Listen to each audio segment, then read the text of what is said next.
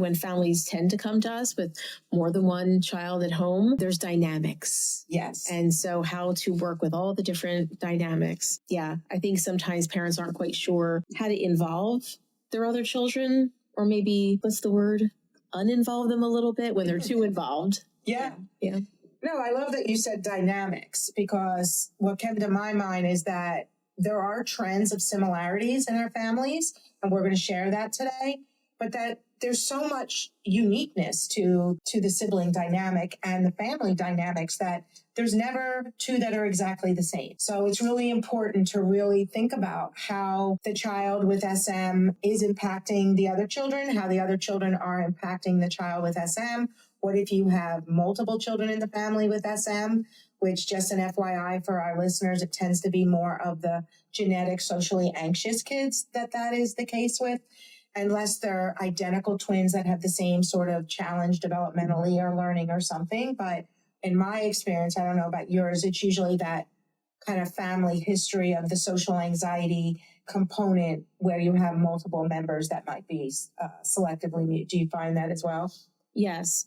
And on the other hand, if there are more of those Ys of SM, right, when we get into that part of it, of what's sort of exacerbating the SM, if we don't see a lot of those genetic pieces from the SM perspective, I usually lean towards what are the other Ys that are happening underneath that we might be seeing more behaviors of this child, but not necessarily with the others. Yeah, no, excellent point. So this is why I wanted you on this podcast, because you have so much, we've been together now for 20, almost 25 years, 24 years. 20 years. I think this January is 20 years. So it's our anniversary? It will be. Oh my God, it felt like forever, more than that, but in a good way. Don't give away what you're getting for me. I like a surprise.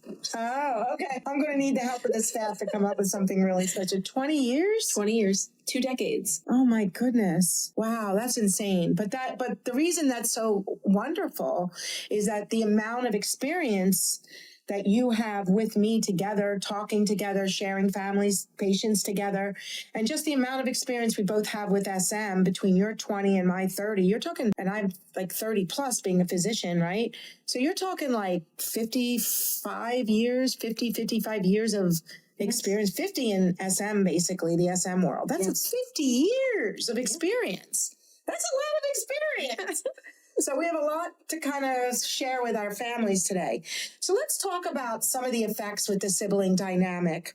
How about the stress in the family? The stress of parents raising a child with having some difficulties, whether it's SM or something else, or just the stress alone, and how that can affect the sibling dynamic. One, parents projecting stress and having to manage their own, that's for sure. But also the stress on the other sibling, the other children in the family that don't have SM from having a child that has these needs. I'm trying to be careful with the word special needs because we have a lot of listeners that are new to this, but also like that term is so vague. Mm-hmm. So I would say some challenges and some needs. And if you think about it, every child has challenges and needs. It's just what those are, right? But from a social communication anxiety standpoint, let's just call it anxiety, the stress involved and how that could be affecting siblings.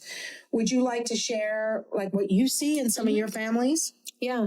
And I will say, you're bringing up family stress. The family system is that. It's a system. And whether your child has selective mutism, anxiety, or whatever the unique needs are, every family has stress. Just having multiple children brings stress to a family. Being married is stressful. Absolutely. Being single is stressful. Jobs are stressful. Yes. Life is stressful. Yes. So then when you bring in a child who may have some difficulties or have unique needs, whatever that may look like, yes, it sort of exacerbates that stress in the household. What I see often in a lot of my younger clients is that when there is a child with selective mutism in the household, there's a lot of attention that goes to that child. And it might be attention of we're observing a lot, watching what this child is doing, what they're not doing, a lot of parent discussion. And with that comes parent worry.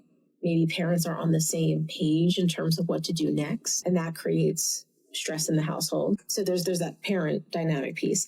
And then from the sibling perspective, if a child is getting a lot of attention over their SM, their difficulties, or just more attention to caring for this child, doing for this child, I find that siblings can become jealous, act out, or maybe there's resentments that come about depending on the age. Don't go too far into this, I because won't. that's a whole topic in itself.